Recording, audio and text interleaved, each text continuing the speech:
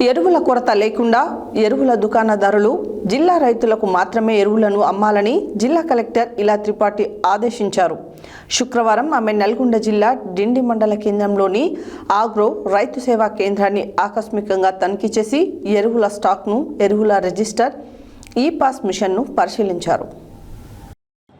ఎరువుల కొరత లేకుండా ఎరువుల దుకాణదారులు జిల్లా రైతులకు మాత్రమే ఎరువులను అమ్మాలని జిల్లా కలెక్టర్ ఇలా త్రిపాఠి ఆదేశించారు.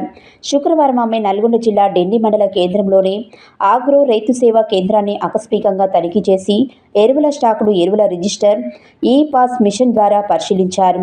డిండి ప్రాంతంలో వరి నాట్లు ఎప్పుడు మొదలయ్యాయని, ఇప్పటి వరకు ఎంత మేర ఎరువులు అమ్మారని, ప్రత్యేకించి శుక్రవారం నాటి అమ్మకాలు తదితర వివరాలను అడిగి తెలుసుకున్నారు.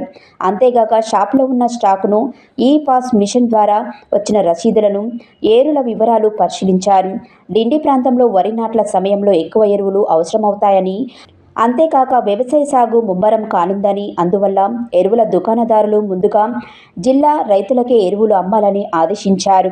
అనంతరం జిల్లా కలెక్టర్ పక్కనే ఉన్న అడ్వాన్స్డ్ టెక్నాలజీ సెంటర్ను ఆకస్మికంగా తనిఖీ చేసి సెంటర్లో ఏర్పాట్లు చేసిన మిషనరీ తనిఖీ చేశారు. సీట్లు, అడ్మిషన్లు తదితర వివరాలను ప్రిన్సిపల్ రాధాకృష్ణ ద్వారా అడిగి తెలుసుకున్నారు. అడ్మిషన్లకు ప్రత్యేక చొరవ తీసుకోవాలని, అవసరమైతే ఆయా పాఠశాలలకు వెళ్లి విద్యార్థుల సంఖ్య పెంచేందుకు చర్యలు చేపట్టాలని సూచించారు. ప్రస్తుతం ఐటీఐలో నిర్వహిస్తున్న బ్యాచ్ వివరాలను అడిగి తెలుసుకున్నారు.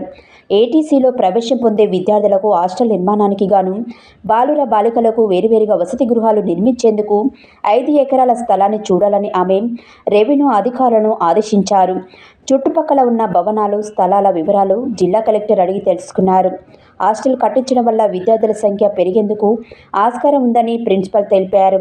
దేవరకొండ ఆర్డీఓ రమణారెడ్డి, తహసీల్దార్ శ్రీనివాస్, వ్యవసాయ శాఖ ఏడీ రేహన్, ఏటీసీ ప్రిన్సిపల్ రాధాకృష్ణ తదితరులు ఉన్నారు.